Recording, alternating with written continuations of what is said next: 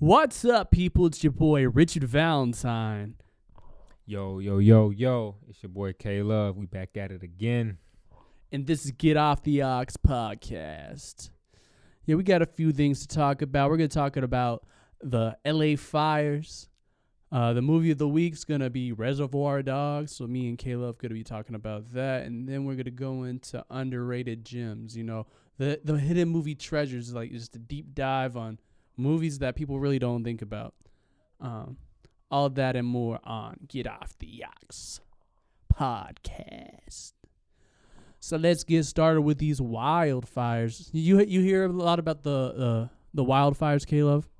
Yeah, man. They are everywhere right now. And it's kind of tough, man, to be able to see a live feed of just people losing their homes, man. Just fires everywhere, blazing. I know we found out a few celebrities lost their homes in this. And it's tough. It's tough. You know, when you talk about people's livelihood and how much they invested into their homes, and let alone how beautiful of a place LA is, you know, and expensive. Yeah, man, I haven't seen nothing like this. I don't think anybody has. I know LA is known for its wildfires, but for some reason, you know what I'm saying, this one is really just sticking out the most. So yeah, I'm gonna chime into it, but yeah, it's tough to see people's houses just go up in flames like that, and you just lose it all.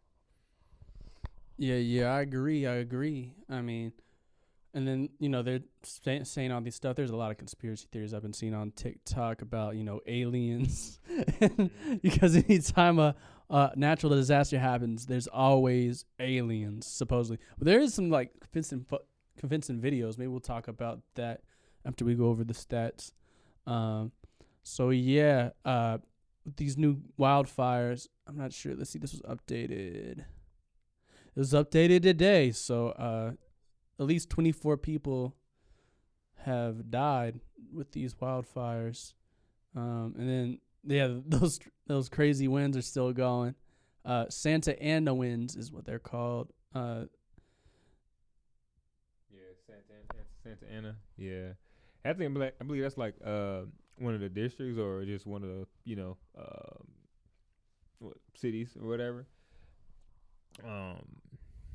Yeah, the fire conditions are crazy. What critical conditions over the next 3 days. This is going to be, like I said, this is going to take some years, for this to get back together. With 24 people confirmed dead now, and it swept through 40,000 acres in the greater Los Angeles area, destroying like entire communities with over 12,000 structures. So yeah, it's going to be tough. I would say this is definitely a national what do you call it when they get like their national guard or a national guard involved? Like, yeah, it'd be like a national emergency for sure. Could be, right? I believe that's how they can call that, right? I would consider it is like, man, go out there and help them people, man. It's tough. It's really tough. What does that say? What? Oh yeah, 92,000 residents of Los Angeles, and 90,000 are evacuated for warning. That's insane. Almost 100,000 people. Yeah, no, that's definitely crazy. And luckily, it's all it's all in like Brentwood, Encino, Westwood. It's all in sort of like the more affluent areas, which a lot of people online are like, damn. It's like, these people, like they're sort of saying like, I don't care if these people's houses, which I mean like happening to them compared to like, someone in like a different part of Los Angeles, like in I guess like a more, I don't know, what would you say that word is? Like more downtrodden, I guess, area of LA. I guess it's better to happen to the people that make millions of dollars a year, because they can, spend millions of dollars on a house. But I figured that, right? So it's happening in like the more you would say like upscale areas, and not more so. Okay. Yeah. It's happening. Yeah, like the Palisades. The Palisades is like where, like Hollywood Hills. Yeah. I see where the conspiracy theory is coming from now, though. Like where everybody who's making all that money, but yeah, that's tough, man. That's tough. I'm just yeah, I just want to see more and how it unfolds. I'm ready. I want to see how they're going to bounce back too. And I wonder if filming will probably take a hit. I mean, probably in those areas, but I don't know. Oh no, yeah. I mean, it's definitely. I get people's sentiment, but it's still people's houses. Like, regardless of your income level, like, you shouldn't have to lose your house or anything like that. What's this? This is like, oh, there's a bunch of, like, we're watching this video, joyful reunion of a man and dog. Oh, I guess this dude lost his dog ran away after, like, it started burning. They couldn't find him. And they finally found him. Little Oreo. His name's Little Oreo. Why did they name him Oreo? He doesn't look like an Oreo. Why he's stuck up there? Like, he's not even coming down. Like, bro, come on. Yeah. That's wild.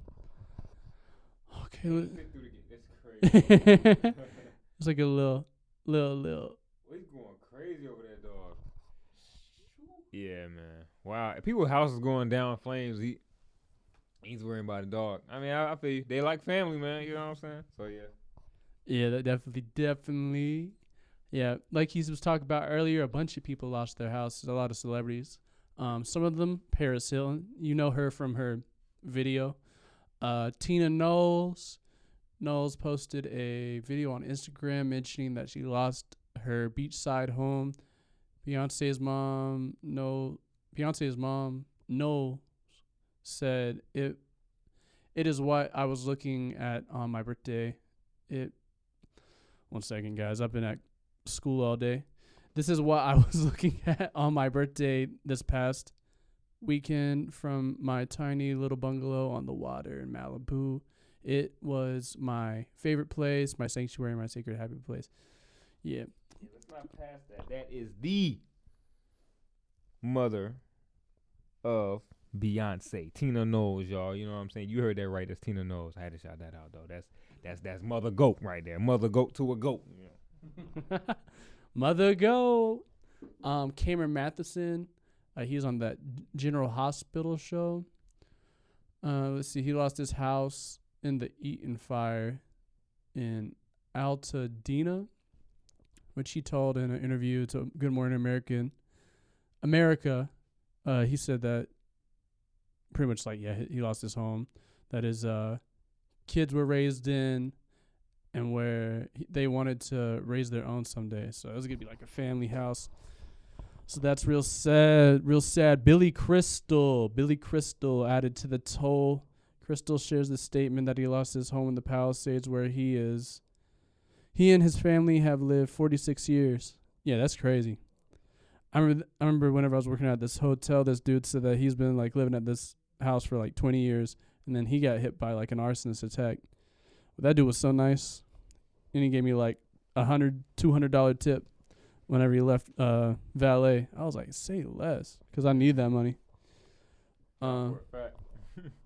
Yeah. Let's see. Janae lost her crib. You talk about Janae. That's a fan favorite, you know, from all the female. Everybody know Janae. You know what I'm saying? And that's tough how she lost her crib though. Definitely, you know, like, not to make any jokes or anything like that, but I know we're gonna get an album after that. I know we're gonna get an album after her losing her crib, man. But I'm glad that, you know, her and her children are okay, you know, based off what we read. But at the same time, you know, man, Janae, she lost her crib. You know, bounce back, shorty. You know, I know that's easy said than done, but you got this, and we definitely rooting for you. What do you think the album name's gonna be? What I think the album gonna be? I don't know, but I know I know the album will probably be more of like her. I mean, can we say do she rap? But at the same time, I know it's gonna be like a good mellow song. It might be some spiritual type shit. I think that's what this will be. But the name of the album will probably be Burning Lines. Burning Lines. You heard it here, folks. Or really, I want to say like Burning Lies or something like that. Dang, Burning. I can see that. Like, yeah. It's just a piano on fire. I know, right? I don't know, maybe, but something. Yeah, I don't know. I feel you. And good old Mel Gibson, he lost his house in Malibu. They were talking about that on Joe Rogan. He was like, yep, I don't know if I'm going to have my house when I get back, but I guess he didn't have his house when he got back. So he's probably messed up about that. Made some good movies, though. Braveheart. He also did Apocalypto. Apocalypto. The Patriot. There was another one. What was that? Yo, he was in that military movie. Wasn't that him? Mel Gibson. He was in. Was he in the military movie? Maybe. I believe he was in the military movie. Let's see. Mel Gibson. Let's look that up right now. Mel Gibson. Lethal Weapon. Let's see. I'm going to IMDb right now, guys. We doing this shit live. Lethal Weapon, Ransom. Yo, I know he was in a movie. We Were Soldiers. We Were Soldiers. That's a good one. Yeah, We Were Soldiers. That was a good one. Yeah, We Were Soldiers. Lethal Weapon. That was him as a cop. But yeah, I remember like my first movie seeing that, man, was definitely We Were Soldiers, and let us say Buddy was in Casper too. That's insane. Casper, I gotta find that. Yeah, I didn't know he was in Casper either. Yeah, I gotta rewatch that. Joint. Let's see. Miles Teller, another great. He was in Whiplash. Shoot, what else has Miles? I'm trying to remember what else Miles Teller's been in. He's been in a lot of movies though, because I've watched several of his movies. Miles Teller. He was in Whiplash. He was in the Fantastic Four, the new one. I say my boy was in Top Gun. He may have been in Top Gun Maverick. Yeah, he was probably in Top Gun Maverick. That makes sense. Watch Dogs. Oh, he was in War Dogs. He was in War Dogs. Oh, War Dogs. Yeah, that's that movie. What did you say? He said Watch Dogs. Oh, Watch Dogs. I agreed with you too. I was like, okay, War Dogs. Yeah, War Dogs. I said Watch Dogs. That's crazy. But yeah. But he was in Fantastic Four. Yeah, he was in the new one.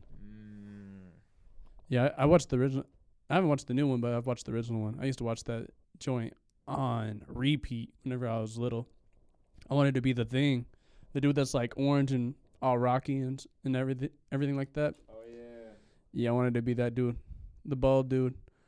Oh wait, yeah, he was in. Oh yeah, that's from Maverick. Okay, cool. Let me go back here.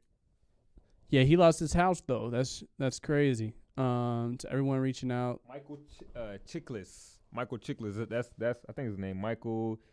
Chiklis. Oh yeah. Chiklis. He played Big Ben. Big Ben. Yeah, Big Ben. Big Ben. Let's see. But yeah, he lost his house. Barbara Corcoran. I think that's how you say it. Yeah, she's from Shark Tank. Let's see. Oh, she owns a mobile home. That's crazy. Shawty living in the trailer? Hey, man. Got that money tight, money right. Good investment.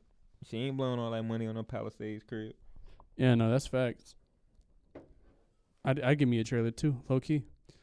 Let's see. Who else? Oh, is that the end of the list? It's on here on KGET17. Thank you for that article. Okay, and then all right. Yep, that's that section in the show. Oh, I gotta do this so I know. Hey, we making good time. We are at 15 minutes right now. 15 minutes. Movie of the week. Oh, actually, before I go to that, let's say our hearts go out to all the people that's been affected by the fires, and I hope for a speedy recovery. Yeah. But yeah, movie of the week, Reservoir Dogs. Quintin Tarantino in the. Let me see what year. Let's see. Actually, let me just pull up the IMDb for it because I got IMDb already. Yeah, Reservoir Dogs. Quintin Tarantino, his first full 1992 from K-Love on that quickness. Yeah, it had Harvey Keitel, Tim Roth, it had Michael Madsen, which you saw in like his later movies too, because you find an actor. Them boys had a $1.2 million budget. Yes, sir. And you know the story behind that, right? How so originally they were gonna do it for like $6K.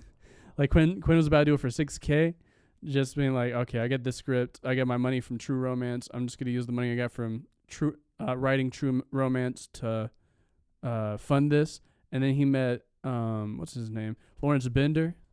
He met Lawrence Bender, and he was like, hey dude, like this is a good script, like I could probably get you some money for it, just give me like 6 months, I'll get you like real money for it to make it a real movie. He's all right. And yeah, he did what he said he was gonna do. So that's why the story behind Reservoir Dogs. But that's a crazy movie though, because like usually in heist movies you see like the actual heist, right? But this, you really only see what happens after the heist and like whenever it starts going wrong. So I don't know. What are your thoughts on Reservoir Dogs? Mr. Orange, Mr. Pink, Mr. Blonde, Mr. Brown, Mr. White, Mr. Blue. Nah, I think it's pretty dope, man. I remember they were saying that it was really, really gory, especially when he cut old dude's ear off. Oh yeah. Yeah, they were saying like people was turning away by that, but Quentin Tarantino, I love how he keeps like his movies just authentic and raw. And I think it was pretty dope, especially with his writing and everything too. I think it was pretty cool. It showed, a cop trying to infiltrate, some gangsters doing their thing. Also, Quentin, he played a role in this too. So I was glad to see him in that when I was able to chime into it. But I think that's what we need to get back to, man. Just its uncutness, just raw, authentic self this film brings, I'm a 90s freak, man. So anything 90s, I'm definitely trying to chime in and watch it. But here we go again, Quentin Tarantino, giving it to us, what I'm saying, the right way on its delivery. And it didn't hold back or anything. What it got on like Rotten Tomatoes, like what, a 90 something? So I believe, bro, like please watch it. You would not be disappointed. Any Quentin Tarantino movie, I believe you wouldn't be disappointed because he just don't hold back. The dude, he worked at a movies, what was that, a tape store, movie store or whatever, Yeah. So, he's been around the game for a lot, but definitely check it out though. Yeah. So that ear scene actually, I think, let's see, who released this? Like what film company did the distribution? I don't think he was with Miramax yet. Let me see. Who released this? Production. I already got IMDb Pro. Get off me. Let me see. It was produced by Lawrence Bender. No, that's the producer, but what was the company that bought it? Live America Inc. Dog Eat Dog Productions. Yeah, so he got some house, some production company to do it. I guess it's Dog Eat Dog and Live America Inc. Yeah, so I forget what I was even doing. I was looking for that. But yeah, I guess like whenever they did the test screenings, that happened to people whenever that scene came up. So they tried to cut it out. But he was like, nah, dude, if you take this out, you take out like the whole movie basically. Yeah. It hit Sundance in 1992 of January, and then it was actually released October 9th that same year through the United States worldwide. Their budget was $1.2 to $3 million, but the box office brought in $2.9 million. Yeah, and I see that it was distributed by Miramax, so maybe it finally got like distribution through Miramax after the production companies, paid for the production basically. Yeah. So what was the other thing I was gonna say? Yeah. Reservoir Dogs definitely, and then any Quentin Tarantino movies, fire. So you definitely gotta, definitely his writing. His writing's really unique. Oh, that's what I was gonna talk about. Yeah, he used to work at a video store called it was actually a family owned video store. It was in let's see, where was Video Archives? But it's called Video Archives. But I'm trying to remember where it was, like in the Valley, I'm pretty sure. Cuz it wasn't in LA, It was like in another part of California, but he lived there pretty much until he was like in his mid-20s, and then he moved to LA. And he said that's what he attributes to his success, is that he moved because he was just hanging out around like his friends for like, 15 years or whatever. Just talking about movies all the time, but he wasn't actually making movies. So yeah, he was like, he said one of his coworkers pretty much told him, it's like, listen, like, it's cool we can hang out, but like, you need, basically saying like you need to get your life together. What you looking up? I was just looking at that place, where it was at. Oh yeah. Let's see. Where was Video Archives? Where was Video Archives? Manhattan Beach. Yeah, Manhattan Beach. Yep. Lance Lawson. Let's see if I can find oh, they got a Wikipedia about it. Okay, let's go into this. Also, Roger Avery's worked there too. Nah, yeah, they get a whole one for the Video Archives, because he also has the Video Archives podcast where so this place is closed down now, obviously, because they had VHSs. Like it was like basically like a Blockbuster, but a smaller version. But yeah, I think Quintin, I forgot if it was Quintin or Roger Avery's bought the entire like catalog that they had there, because I mean, he already knew how like everything was cataloged, so he ended up just going based off the catalog and then buying all of it. Let's see what else. But yeah, him and Roger Avery used to work there, and Roger Avery's like the guy that's on the podcast as well. But let's see. Oh yeah, that's his big first thing. He had a Rolling Stones interview talk about the best video store in Los Angeles, and I guess he was on the cover or whatever. But he got just famous off of just knowing so much about movies. It was crazy. Like he would know who wrote it, what happened on set, all that stuff. Like anything that you could want to know about a movie, he probably knew. And then he knew that about every movie at that video store. And that's the Video Archives. But Reservoir Dogs was cool. I'm trying to remember how it opened. Oh yeah, the diner scene. The diner scene is the opening scene, where they're just sitting around and he's like, "I don't tip." Oh yeah. Apparently that's like that's the sort of show like that his character is not trustworthy, because I don't think it was, or he only thinks about himself. That's what it was. Is he only thinks about himself. So basically, yeah, it's just foreshadowing for the rest of the movie. But it's crazy because like I remember watching it, and then I remember rewatching it like so many years later, and I completely forgot that one. I forgot about the ear scene. I was like, dang, this joint's crazy. And then also the whatchamacallit, I forgot that dude was actually a cop. So yeah, I don't know. That's Reservoir Dogs. Let me see. Where we at? Sure, this might be a short episode. TBH. Let's see. Underrated gems. What are some movies that not a lot of people know about that you feel like that you really like? Some underrated films. I would say Bait with Jamie Foxx. I would say what's another underrated film?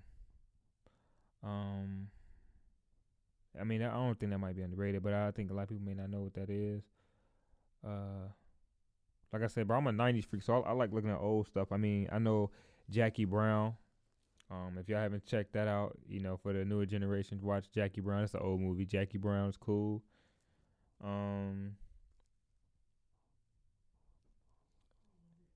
this is not underrated, but I would say Inglorious Bastards. Watching Glorious Bastards. Well, like so you said bait. So for people who don't know what bait is, give them a description of like what happens, who's in it, all that jazz. Basically, let me add in there too. Mo Money too. You gotta watch Mo Money. Mo Money is a good movie too with the Wayans brothers. But Bait is with Jamie Foxx, and basically, he's just getting into a lot of trouble, and basically, they end up using him to try to get information. He gets caught doing like a lot of different things, with him and his friends or whatever. So he's like in the streets, but he ends up getting caught, and then basically the cops use him to, get stuff done. And then what was the other one I just said? Mo Money. Yeah, Mo Money. Mo Money is the same thing. It's just like basically, one of the Wayans brothers, they was trying to work their way up, and you got your girl in there, Stacey Dash. Yeah, everybody loves Stacey Dash. But anyway, basically he trying to work his way up to get to Stacey Dash. So it's like kind of like a love story, kind of in a way, but it's pretty dope. It goes actually into like credit card fraud. So that's pretty dope as well. And they can tell you how, like, that shows you how long that stuff been going on. So that's 2. I'm gonna leave out with 3. Let's see. So I got Bait, Mo Money. What's another one? I'll say that's I'd probably go action. What's a good action film? Let me see. An underrated action film too. Like some that probably not a lot of people know about. Like it's on the DL. Bro. Underrated action film that's on the low.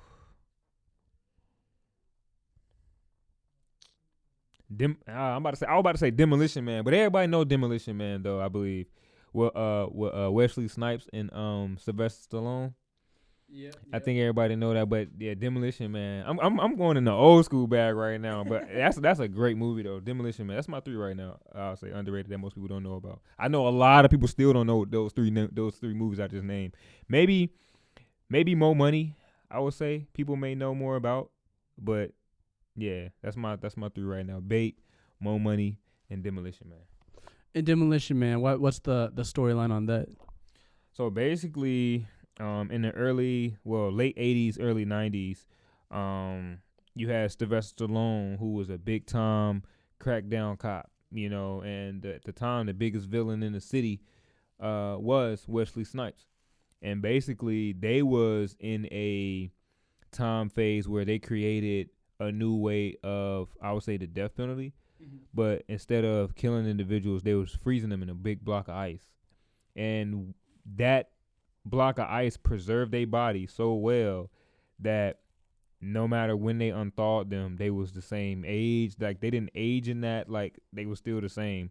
So basically, Sylvester Stallone and Wesley Snipes, in the 90s when they families were still alive and all that stuff, they got frozen because not only was Wesley Snipes, frozen because of his bad crimes, but they basically said that Sylvester Stallone did some recklessness to try to capture him. So then they both get unthawed, and then the rest of the movie you have to watch for that because that's where all the action is. So basically they get unthawed years later. They both families gone, but kind of want to get like revenge on each other for getting caught in the first place, and then Sylvester Stallone losing basically everything. Dang, that sounds like a good movie though. Yeah. Demolition Man. Let me see what I can find. It's a real good movie. Demolition Man. Yeah, 1993. Sylvester Stallone, Wesley Snipes. Once this thing loads, I'll tell you who directed it. Yeah, it's a real good movie. Demolition Men. Gotcha. Or Man. Yeah.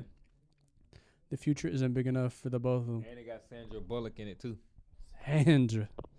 Sandra. Director Marco Brambilla. I'm gonna guess that's Brambilla. Born in Milan. Oh, so he Italian. Let's see. He did Heaven's Gate. That's that sci-fi movie, right? No, I thought it was a completely different thing. I was thinking Stargate. I'm bugging. 4 Temperaments. This one? Oh, wow. Yeah, that's a good movie. Let's see. Heaven's Gate. That was that was in 2021. Bro dropped this in 2021. What, Heaven's Gate? Yeah. Let's see. Heaven's Gate is a video monument to Hollywood's. I got you. It's just like a film. Basically, excuse me. Well, I don't know how I describe it. Let me see. I've never watched it, but it looks like what it's saying. It's like just like a homage to all the great things that's happened in Hollywood. 4 temperaments. It's got Kate Blanchett in it. Performs 4 sets of distinct characters.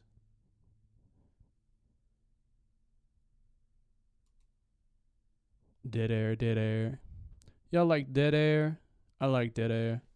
I don't know, but another movie I should check into is The Sixth Man. They got Marlon Wayans in it though, and the other guy who played in what was it? Living Color. Yeah. The Sixth Man. 1997. Oh, it's got Kareem in it too. I'm pulling out all the 90s Jones. I'm telling you, bro. I watch nothing but 90s movies, bro. I'll watch a 90s movie before I watch a current gen movie. Yeah, Kadeem. I thought I'd say Kareem. I don't know why I thought I'd say Kareem. Let's see who else was in it. Yeah, Kadeem, Haddison. Yep. Sweet. Let's see. Randall Miller's the director. What else has he directed? Oh, he got something with Alan, what's his name, in it. Oh, he did the CBGB movie. I like that movie. You ever watch that movie? That's an underrated movie right there. Oh, yeah? CBGB. So basically, back in the, I think it's in the 80s. No, 70s. I think it's the late 70s, early 80s. There's this rock club in New York, and this is where all like the punk guys came from.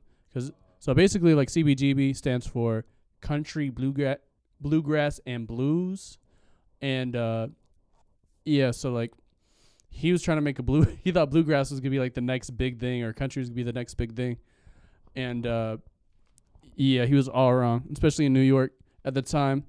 But what ended up being the next big thing was punk music. So like his park became like the place where all the big punk bands of the time went, like the Ramones. You've probably seen the Ramones, what the Ramones look like. What else? Blondie. Blondie's another big band. This is what the Ramones look like. You probably see them. They're like, 24 hours ago, I want to get sedated. Don't come after me, Ramones. Let's see. But yeah, that's pretty much that movie's about. And it's like just that's what it is. Alan Rickman. But that's basically like it's documenting what that time was like. Let's see. And then what else he do?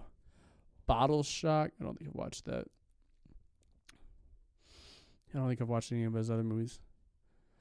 But that's cool. That's cool. I didn't know that he made that movie too. Mm-hmm. Six Man. Yep. His brother, so basically, well, not to tell too much movies, his brother had like a freak accident in the middle of a game, and then that's kind of how his younger brother like grew up.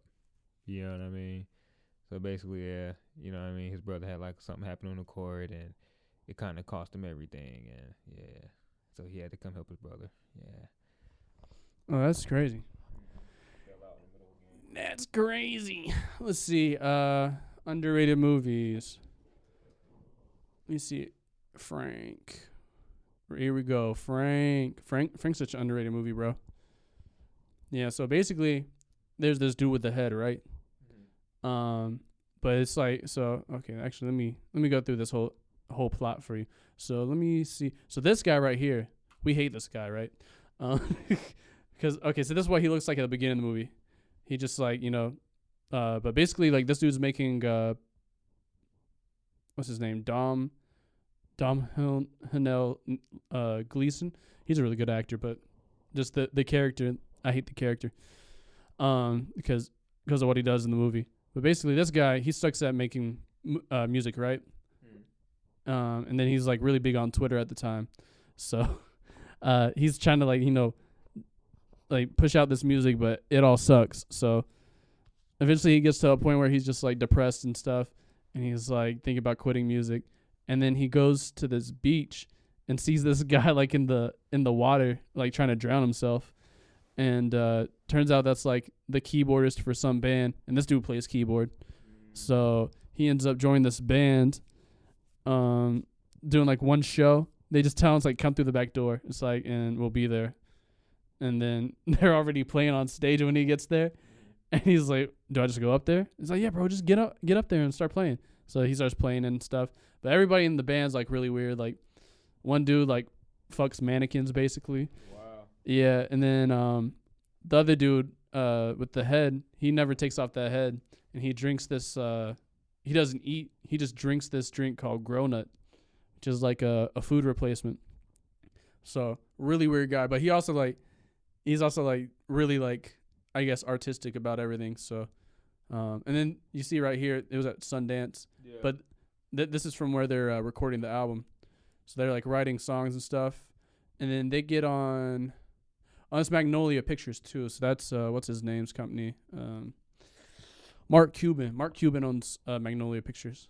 So this is a really good movie from them. But yeah, it's just a crazy ass movie pretty much. But it's really underrated. It's like you'll feel a lot of things. Like you'll get like sad. You'll be mad at people. You'll be just wondering what's happening. It's honestly a really underrated movie. Let's see, what's another underrated movie? If I had to say one, let me go my Amazon Prime low key. I know Hagzuza's sort of popping off, but it's pretty good. This movie was bad. We're all going to the World Fair. I watched probably, I don't even know how much of it, but I didn't watch that much of it. Because I don't know, it just didn't hit what it needed to hit, and I was like, I'm just over it. Let's see, what's another underrated movie that not a lot of people know about? What's a hidden gem? Pianist is really good, even though that's like a pretty popular movie. But Adrian Brody, who's now in the new Brutalist movie. I'm trying to find like the best stuff on here that I've watched. Evil of the Dead Army of Darkness is really funny. If you haven't watched it, it's like the most B movie I've ever watched. Like, as ridiculous as you think it's going to be going into it, it's 10 times more ridiculous than you would think. What? I'm looking through my Amazon Prime right now, seeing what I can find. I don't know if people know about this is like a sports movie, but The Replacements with Keanu, he was playing a quarterback. It's a football movie. I feel like I've heard about it. The Replacements. Yeah, it's pretty cool. The Master sucked. I'll tell you that. Everybody's like, "Oh, this is such a good movie, such a good movie." I thought, like, I don't know, what's his name? Not Seymour. It's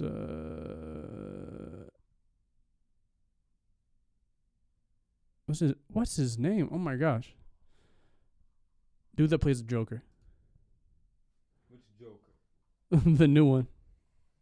You must be talking about I'm really just trying to remember his name. Joaquin. Yeah, Joaquin Phoenix.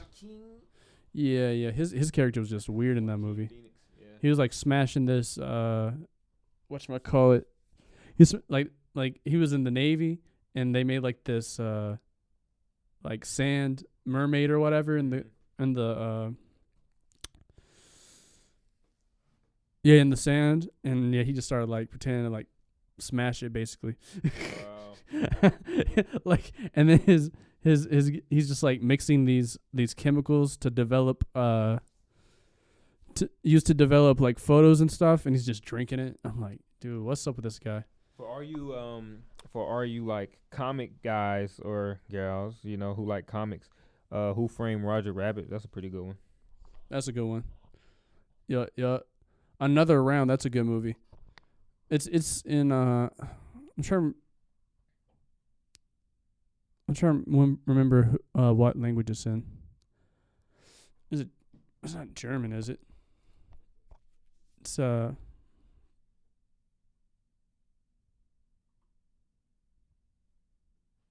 me see.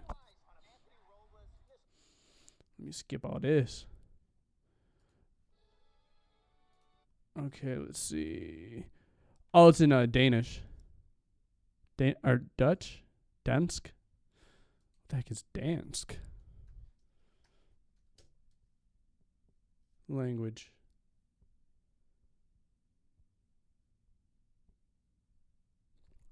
Oh, it's Germanic. Okay. So yeah. That's Michael Mads. Michael Mads. But yeah, basically like he's like friends with a bunch of teachers and stuff, and they're like all old, and they're like, dang, I really want to just like, I think especially like that guy, like Michael Mads, he's it's the same guy that plays Hannibal, but his character like doesn't even drink at all, like he's stopped drinking, but they're trying to see if like if there's a certain amount of alcohol that you can just drink every day that makes you better at everything that you do. Wow. Like they're just doing some experiment, and then they all like lose their jobs, all this other stuff. But I think even though he loses, I think he gets his job back somehow. But it's a pretty good movie. It's like a heartfelt movie, I guess would be what they'd classify it as. Oh, I don't want to go back here. Go back to let's see. Oh no, where's my? There we go. My watch list. Let's see what. Oh, what have I watched on here? That's really good. That not a lot of people know about. American Ultra is really good. So basically, I'm still trying to remember. So like he's a stoner, and sort of like just going through life, and then he's got this girlfriend, and then slowly like through the movie, you find out that she like works for the CIA. But the entire time you're just seeing like these guys, like stuff like that. So he's just this stoner dude, and then like these guys try to take him out, and then he like figures out that he has all these powers and stuff. So she's just figuring all that out throughout the movie. That's a really good movie though. American Ultra. Dang, I really need something that I can like actually talk about, because I barely remember half of these movies. Thinner was a good movie, but that's Stephen King, so that's very makes sense.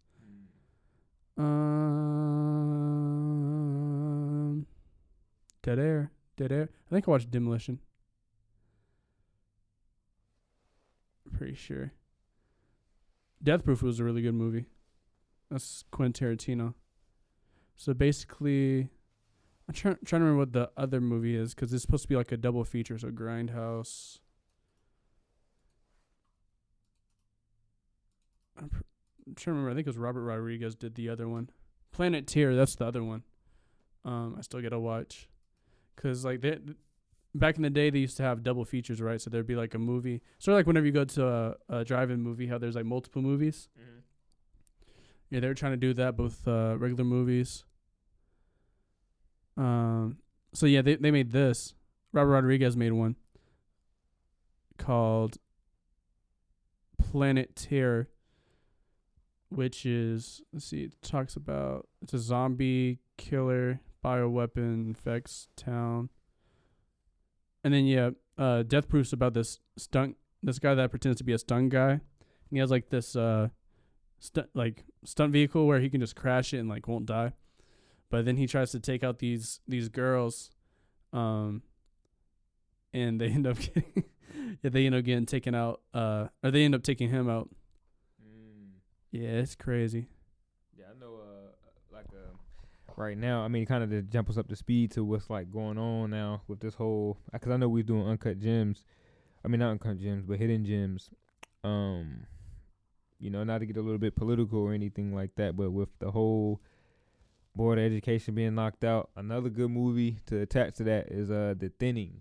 You remember that movie? The Thing. Yeah. It was basically they was all in high school and they had to pass a test, but if they didn't pass the test, they was getting them out of there. Let me see. Actually, like deceasing them. I think I know what you're talking about. The Thinning. Came out like 2015. Like if you would take like your final exam and you fail, oh yeah, you're out of there. Yeah, I'd be cooked. Oh yeah, it came out in 2018. 2018, okay. Or maybe this is the second movie. Or is this the first movie? Oh yeah. I think it's the first one. Yeah, that's the one. The Thing. Yeah, they in school. Logan Paul. Logan Paul's in this movie. Yeah, you got Logan Paul in this joint. But yeah, basically it's like his dad is the principal. And they gotta basically, take these tests or whatever. And, if they in school and they fail, it's just like, all right, cool. They had to get them out of there. So it's basically it's like a depopulating type of film, And you know how that goes, y'all. How about the whole depopulating thing? But hey, it's not that time. Yep. And it's got Peyton List in it. Peyton List is a certified baddie. She's also in Cobra Kai. I'm glad she's getting some stuff. I think she's around my age. I'm pretty sure. She might be my age. I don't know. Let's see where we at. Where are we at? We're at the 46-minute mark. We got anything else we want to talk about? Let's see. It's like another movie that's pretty cool. Or even just something that's on your mind that has to do with film or music or art, anything like that. To be honest, man, I think everybody, is in the whole idea of what they can do with AI. That's a big part of it right now. We always had AI, I believe, but now I think that the more that people get their hands on it, I think that's when it just become like this big culture shock or this big boom. But you always had the green screens, you always had the blue screens, you always had the VFX. But just the idea of AI now in filmmaking, I wonder, is it gonna how maybe, I guess, is it gonna replace every working person, or is it just gonna replace actors, like even people who working behind the scenes, is I wonder if filmmaking is gonna be on set, or we're gonna always be behind a TV screen or a monitor screen to create movies. And I hope it don't get like that, but that's kind of how they making it seem. There won't be no big movie sets. There won't be any big old budgets. You get what I'm saying? If I can make a 1 hour or 2.5 hour movie just from the face of a laptop and the keyboard, so I think that's a big thing everybody is thinking about. The strikes came, and then right after the strikes, the AI came, and then they started doing AI strikes on that. But it's insane. It's insane how we at the digital age now, where you can make a whole PSA announcement and put it sync it up to somebody's face and make it seem like they done that. And me even saying that on my own mouth right now sounds insane. But that's where we at now, man. So I think for me, how can we, keep the working jobs, in the film industry, man, because it makes sense for the big studios. They're trying to cut down. It's like we're in a big old cut down process. Inflation is going up, all this stuff is happening, so everybody trying to make things cost efficient. But you can't make a film without a great story, bro. You know what I'm saying? So at the end of the day, you remember when Coca-Cola, I think they had this big old backlash about their whole Super Bowl commercial ad, when everything was done all AI. It was like they basically took the live action commercial that they did like years ago with the driving in trucks, and they made that same commercial but just AI generated. Yeah, I mean, will it take away some jobs? Probably. Will it create some new jobs? Definitely. Like, I don't think like, especially with creative work, like, I don't think it's all going to be completely gone. Like, I feel like there's still going to be a demand for like actual movies and stuff, because there's always demand for everything pretty much. Like, that's why we even got, and then also like stuff's going backwards sort of with technology. Like, we get all these, crazy cameras and stuff. Like, like the new Ari cameras and the Reds, all that jazz. But all the biggest filmmakers right now are all shooting on like actual like 35 millimeter film or 65 millimeter film. So like, I don't think it's gonna go anywhere. Like, I mean, will it be as relevant? Like, everything that we do as relevant, or will there be like a lot of AI stuff? Yeah, but like, it's not gonna go. I don't think regular storytelling is gonna go anywhere. I mean, like, they might use AI to like enhance like the workflow, so that way you don't have to have as many people on a film set, but you're still gonna need gaffers and all that stuff. And I don't think they're gonna go too crazy with it, because there will be strikes, I'm pretty sure, from a lot of people. I don't know. But you got anything else, Caleb? I think that might be it, man. Just stay tuned, you guys, for another one. Thank you guys for chiming in with us. Definitely look out for these projects that's coming soon. And thank you guys for allowing us, to chop it up with you guys. And if you guys got anything that you want us to cover, definitely, holler at us in this comment section, and, definitely follow the channel. Definitely chime in with us. We're always constantly working around the clock. Definitely at the top of this year, we want to keep this whole thing going.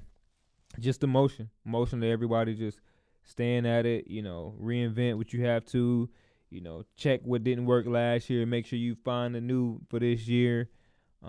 Stay level, stay grounded, stay blessed, and definitely keep a team around you, keep like-minded individuals around yourself, chase your own great, that's what I say, in 2025, I keep saying that, man, chase your own great, don't look at, people highlight reels, don't compare yourself, just stay at it, you know what I mean? You on course, you all right. And the man upstairs will definitely provide, a table for you, you know what I mean? And trust me, I'm attesting to that. So, just stay at it, man. He's definitely put something in there for you. You just got to find the right places to look. And most important part is in yourself. So just stay at it this year. Stay grounded, stay level. And I'll see you at work, like Denzel Washington said. Well, you heard it here, folks. That's the second episode of Get Off the Ox. Yeah, we may be, stumbling through these episodes, but as we keep on doing them, they're going to get better. We're going to have more stuff. We're going to have people on probably. We have some guests, It all depends on how this thing, what happens when we start rolling, you feel me? But yeah, that's the second episode. Follow us. If you got any suggestions, leave it down in the comments section. Give us a like. Follow us on social media. You can find me anywhere at GetofftheAuxx. With 2 X's, Ox like ox cord. And then Caleb, what's your handle? You can follow me at Kaylan Love on Instagram. That's KaylanLove. That's your boy Kaylan Love. Follow me on Instagram. Definitely, you'll see a lot of work there. Definitely Get Off the Ox. You'll hear me there. And that's where you can find me at right now. Sweet. All right. See you guys later. All right, y'all. Stay up. Stay blessed.